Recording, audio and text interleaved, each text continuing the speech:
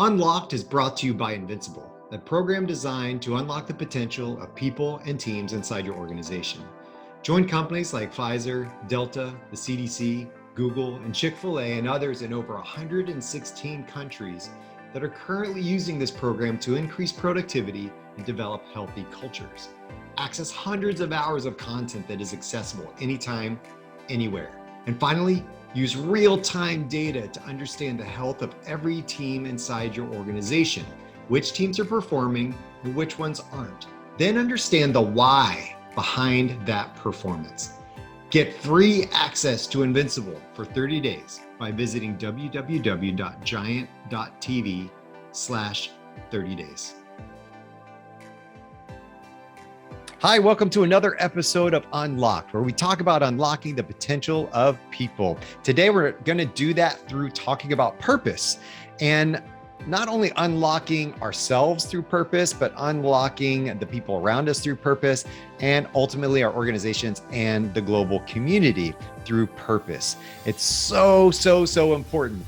Nell Derick Debevoise from Inspiring Capital is on the show today. She has a new book coming out in early 2022.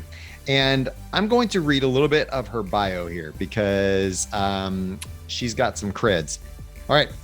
She's lived and worked in 4 different continents, including Japan. She's worked in the Palestinian area, France, and Mozambique. And she's done a lot of work in that area. She studied leadership, innovation, and intercultural dialogue at Harvard, Cambridge, Universidad de Roma, and Columbia and London business schools. She is also a senior contributor on Forbes, and she writes, she said, 4 to 5 articles a week on purpose. That is a lot of purpose content, so you can find her there as well. So her new book, Going First, is all about that. It's all about that purpose-driven leadership and how we can use that to drive what we're doing as leaders, and to also drive what we're doing as teams and organizations to make sure that what we're doing is having that impact. She says that, and the subline of her book is find the courage to lead purposefully and inspire action. And she uses this as an invitation. She talks about that at the beginning of the interview. So let's get on with it. Nell is super fun. I was super excited to talk to her. So get on with the interview. Here we go.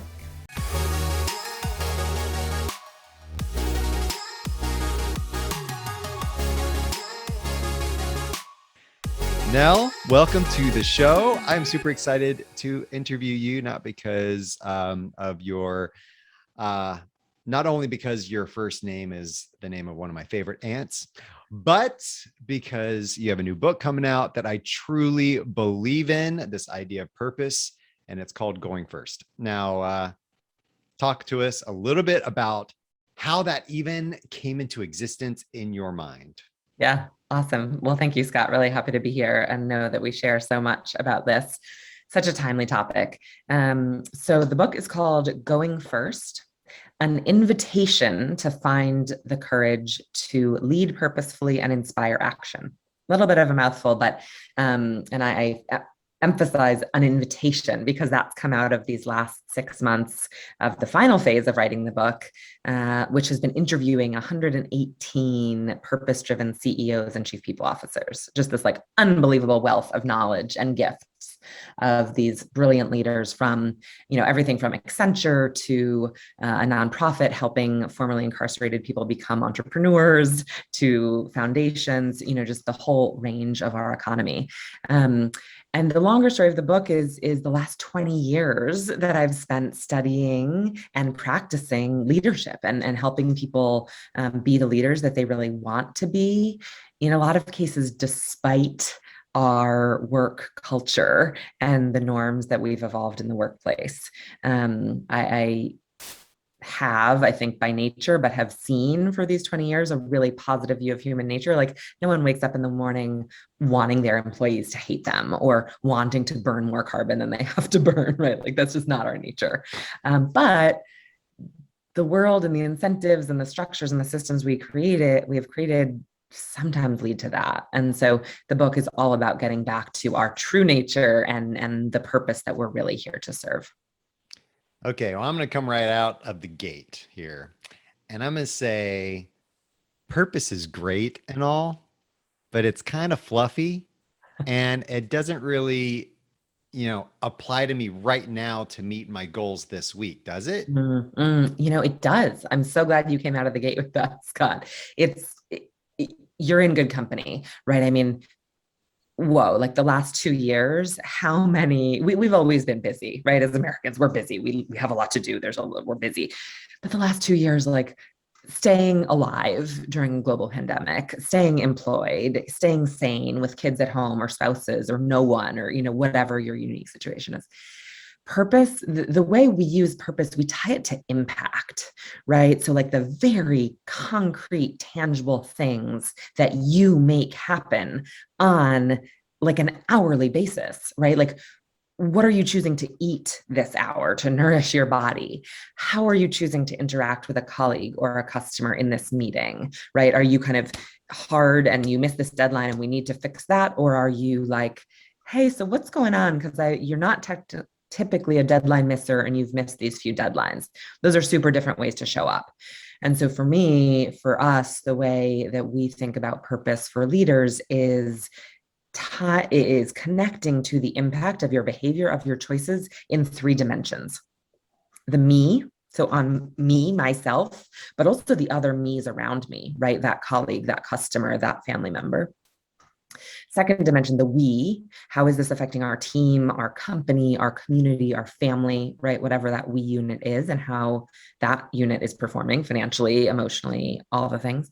And finally, the world, right? That kind of vaguer people and planet out there that, again, we all want, but sometimes get busy or wrapped up in thinking we can't fix everything out there, which we can't, but we can in some small way have some impact on a fairer, healthier world, which is what we're really working towards. So I'm happy to share more examples, but the short answer is yes, purpose absolutely affects what you're doing today and will motivate you to get through today and get through this week better.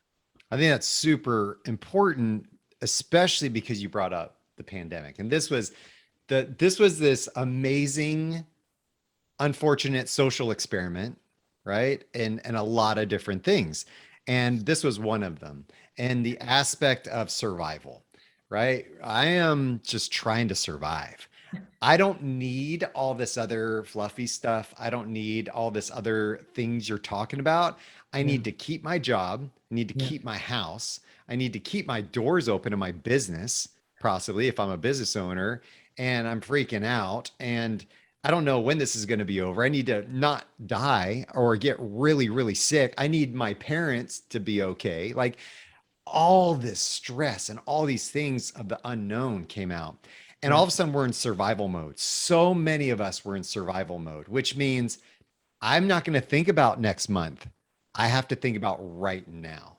Yeah. And when you try to talk about purpose with people, they start to think that thing I asked you at the beginning, like, okay, that's great, but I need to survive right now. How's that purpose thing supposed to help me get through this next month, this next quarter, whatever it does? So you talked about it inspires us to like want to keep moving. How have you seen that happen? How do you instruct people in your clients on that idea of purpose? Yeah.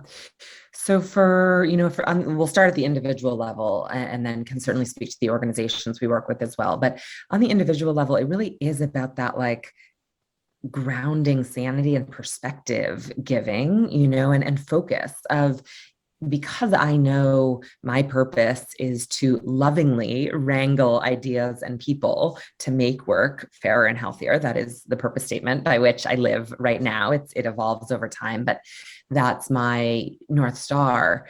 And so amidst total chaos, amidst total uncertainty, I know that that's what I'm working toward, right? And I know that in the situation of a global pandemic, there's a bunch of things I need to do that. one of which is to keep exercising 4 or 5 times a week, right? Because if I'm not doing that, there's no way that I'm being loving in anything that I do, because I'm a nutcase, right? And so whereas it would be easy, I get it. And I had these days myself for sure to just think, we're in a pandemic, like I just need to research vaccines and transmission modes, or panic and start some new side hustle to make money to be sure that I'm okay, or just sit and worry about my mom, right? Like I could do any of those things, but because of this North Star, it's a forcing function to stay on task and aligned with what you want to ultimately be doing in the world. So that's how I experience it, and how we help people along to do the same as individuals. On the company level, we saw incredible things like in these interviews and just the ongoing work I do, we had an amazing conversation. So one great example is Lisa, the mattress company, right? And so they had a new mattress on their product roadmap to come out, I think in May or something of 2020. And so the pandemic hits and it's like, ooh, okay, what does this look like now? They're deeply, deeply purpose-driven. They have an incredible guru of a purpose-driven leader, CEO at the time. He's since moved on and passed on the reins. But and so what they did in those 2 months was create a new product, never on the product roadmap before because they didn't know it was a thing, for respiratory patients in hospitals. Created the product like concept to hospital in 11 weeks, which is like 80% faster than any product they've ever launched before. And then got back to said product that was supposed to go to market, finished up the last 2 months in 3 weeks, right? Less than half the time it was meant to take, got that up and running. While in the meantime, in the background, their colleagues have been shifting from a retail model to direct to consumer because of retail going away in a week. Because they know that their world, their purpose is to have a world in which everyone sleeps well, including COVID patients now, all of a sudden. Right. And by the way, also in the background of this was the pay reduction, because that's what they were able to do to keep everyone on board with really specific metrics about when they would bring that back, which they hit end of 2020, I think, and restored everyone to full pay. So it is not okay to say like, I don't have time for purpose, we're in crisis. It's like, no, the way you're getting out of this crisis is by connecting to purpose when things get darkest and letting that guide you out. That is such a beautiful example. So good. And we think about purpose. Purpose is not a me driven thing, right? No. Purpose is an others focused thing. And that is on the out, it is what are we doing to serve? What are we doing to better the lives of those around us? And in the midst of, okay, so that's what I have to do. That's my purpose. But as you were saying earlier, you've got to exercise to make sure you're doing things lovingly, right? We have to make sure we're taking care of the engine to drive that purpose, to make sure that we're being effective in what we're doing. So I love that perspective and that example. That's so good. When would you say is the right time to infuse purpose into what we're doing? Now. Really? Now? Like right I can't now. wait. I couldn't wait maybe until after this pandemic thing's over. No, it needs to be now, because there's just, you're always losing time and losing authenticity and losing opportunities for innovation and for engagement of your people and of your customers. Like every second you spend not in purpose, you're missing opportunities. And it doesn't have to be a Pulitzer winning statement of 12 words that is your purpose, right? I think people get wrapped up in like, what does it look like? And is that the right word or is that the right phrasing? But purpose is like, you can't really put words to it. I mean, it's important to put words to it. I shared my purpose statement. We encourage all leaders to draft a purpose statement. Just draft. We have a formula that I'm happy to share as follow-up, and try it on and let it evolve. It's going to change, but have something out there. But purpose is hard, right? Like you might use this word or that word, and those words might change. What it makes you do on a day-to-day basis might change, but you have to have that sense of heart in what you're doing starting now. Like, it's kind of like, when is the right time to breathe? Which, by the way, we don't do well either, because our computers and screens make us breathe more shallowly and less often. The right time to breathe is now. Like, you need oxygen, and purpose, it truly is oxygen for us. It's what gets us through the day, and it's what's going to get your people on your teams through the day, especially in these challenging times, right? Because when the kids are screaming on Zoom school and the spouse is on the other side of the 1-bedroom apartment in the city, and the parents might be sick or not sick yet, if we're just trying to bang out quarterly results or fulfill the audit report that you sent down that you need for your manager that I'm now charged with, you know what? Like, I'm over it. But if we're trying to make everyone sleep better, I got you. I got that report, even though the kids are screaming and the husband is annoying and I didn't get to exercise yet today, but I'm going to tomorrow. Right? It changes the game. And so do not miss another moment without doing some little thing. Wait, why are we here? Right? Just started a meeting. Sorry. Why are we here? What are we doing? Well, we're doing an interview right now. We're doing an interview, right, and we're doing it to spread love and working in a healthier, fairer way. And that's amazing. I'm so here for that, despite the fact that my puppy's a little bit sick and I have a doctor appointment next. And I was supposed to do 20 more emails this morning before, but I love that. I'm so excited about doing that with you, Skot. And so here I am. And that's a driver, right? And when we understand that ourselves and we believe it, when we feel it, like, and it's not just a blanket statement of beautiful fonts and words put on a poster in our break room or something, but it's something we live and believe, then not only are we going to be more passionate about that, but you're right. That employee, that team member, that intern that just came out of college or that's still in college, living that purpose will help them want to be part of that, right? Totally. And we're seeing that more and more with those younger generations. And correct me if I'm wrong, but the industrial age thinking is very different from the digital age thinking, right? And the minds that are coming up now into leadership, and there's a big gap. And there's a lot of turmoil within organizations right now, but with that generation gap, and there's a lot of people talking about that. But that purpose, those industrial age thinkers are always like, what's going on with these young people? They should just be grateful for a paycheck. I was grateful that I had a paycheck, right? And they should pretty much respect me because of my position. I've been doing this for 30 years. They just need to respect me for what I am. And it's like, no longer, right? Younger generations are like, I don't really care what your title is.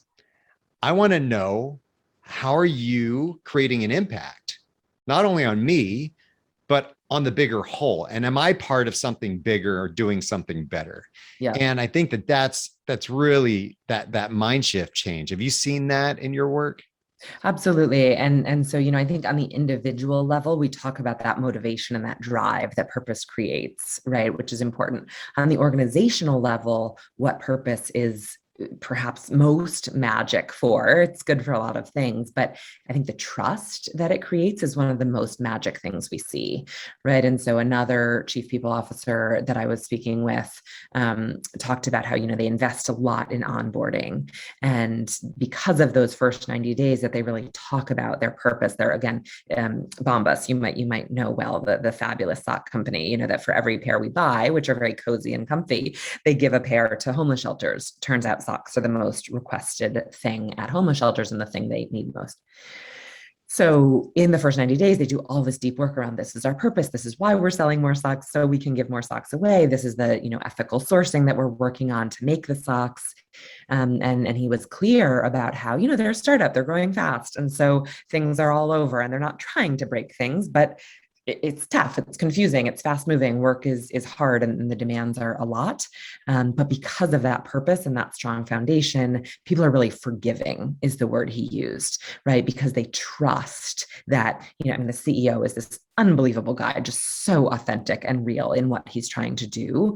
and very self-admittedly not a perfect human or a perfect leader, as none of us are.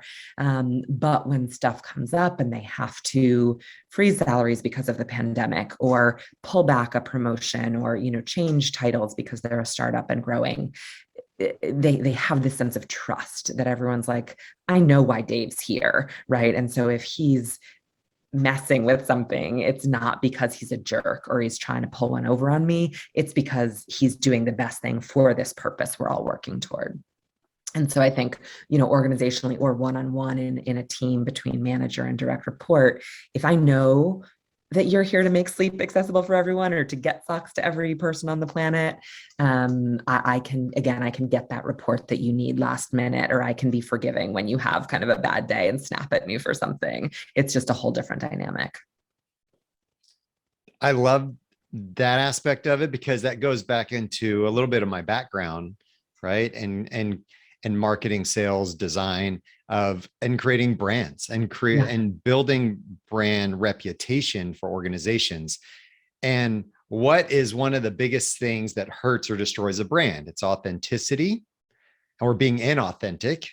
Yep. Right. And that purpose idea stems right in, it flows right into that. You're talking about reputation, and you're talking about building that trust to the point where, and I term it brand loyalty, right? When when we have true brand loyalty, and I go to that pizza restaurant I always go to because I love them to death. They always take care of me. The pizza's amazing. I love the atmosphere, everything.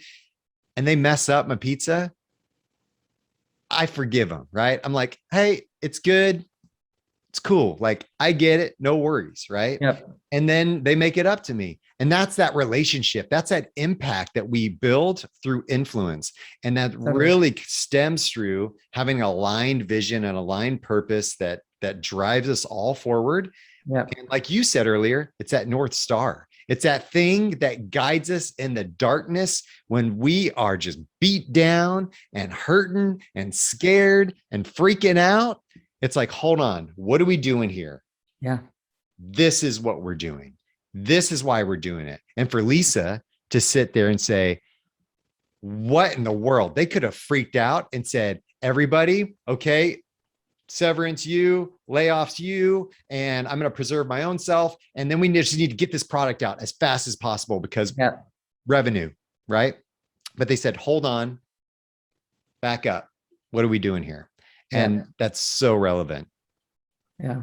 Yeah. And here they are, fully recovered again, fully back to salary plus now bonuses. New CEO was able to step in, take over from this very senior CEO, and they're off to the races, and in the DTC mattress business, which is pretty cutthroat and competitive, right?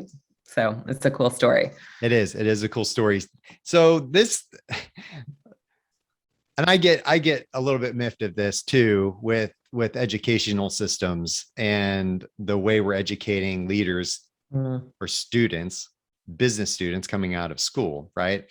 Because you don't learn about this stuff in your MBA, right? It's not like I have unless you're an Inspiring Capital Fellow and you spend your summer with us. Yes, exactly, which is awesome. The majority, right? 99.9% of the schools out there don't have a purpose class. They don't teach you about what this is or why it is. And you may develop something in a business plan, like a vision statement or something like that. But really getting into that purpose thing is so important for why we want to do what we want to do. So what's the breakdown there? Why should I care? Why do you care so much? So my story, is personal, as all of our stories are, right? And so come back with me to when I was 12.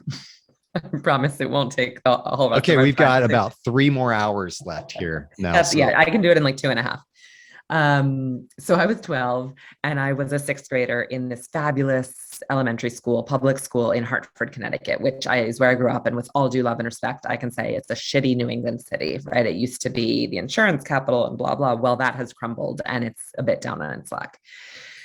But my school was this brilliant point of light. There was people from all over in terms of demographics, in terms of industries of work of the parents, in terms of different countries of origin, all these different people. We all walked to school. It was this beautiful old, kind of historical New England building. We had a Mayfair. We had these great teachers. It was brilliant. The school I would have gone to for 7th grade was not.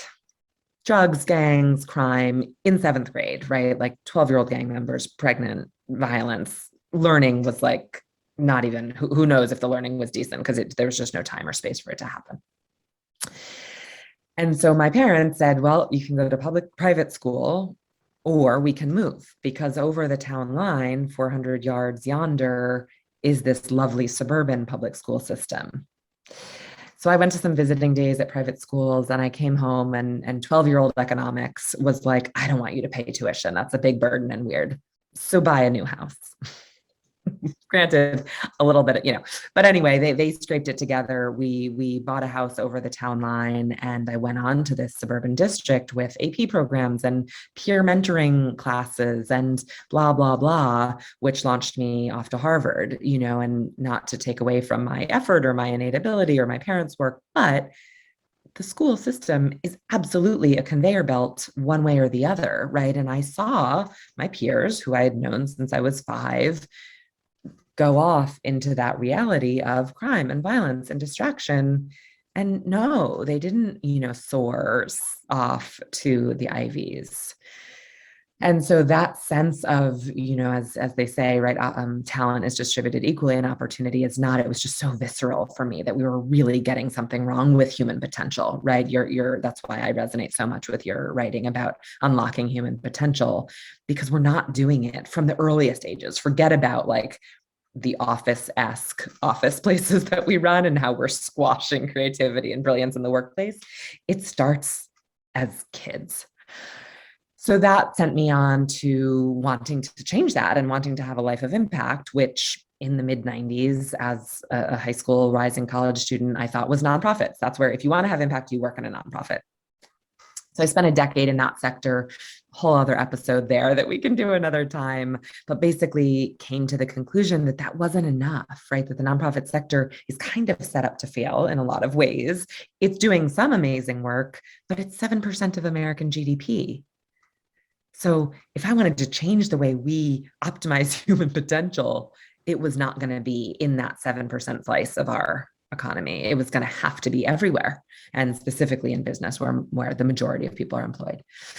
So that was really, the aha. And then I got back to business school, saw a bunch of colleagues and classmates from all over the world. I was living in New York, but they were really global. And I heard from them, and I saw walking around Manhattan this gap, this hunger for the purpose piece. And so that was kind of the aha for me, was like, okay, so we have these big social and environmental problems that we need to solve if we're going to survive for a few generations more. And then we have all these brilliant people with skills who want a sense of purpose.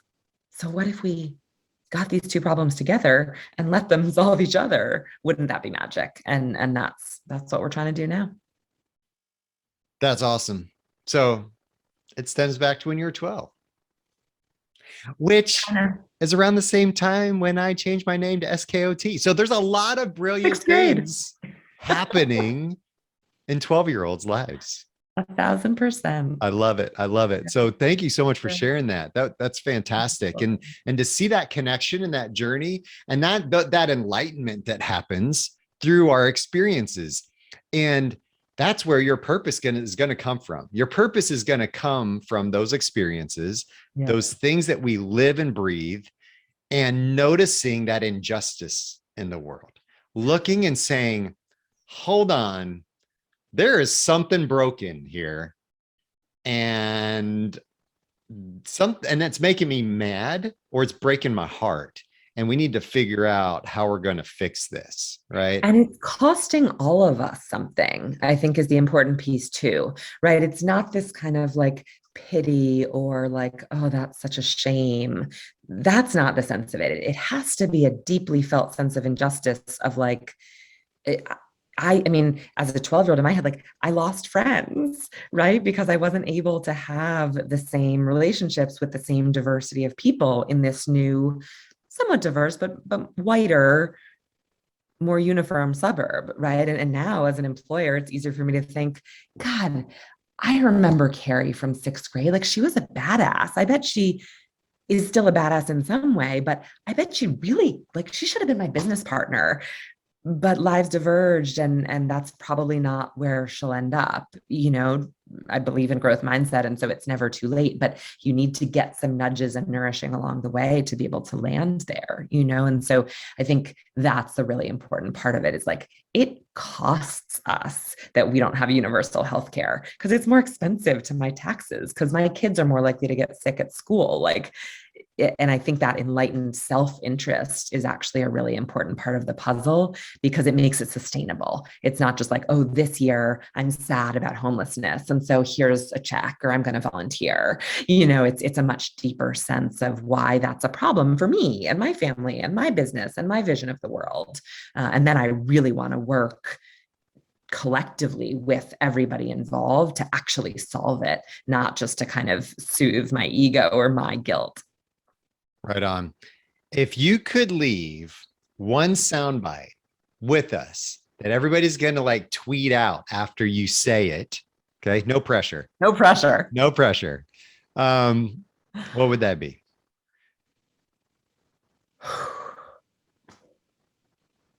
I did not prep you for this. I'm an author. I should have like 23 of these queued up and just like ready. Which one is right?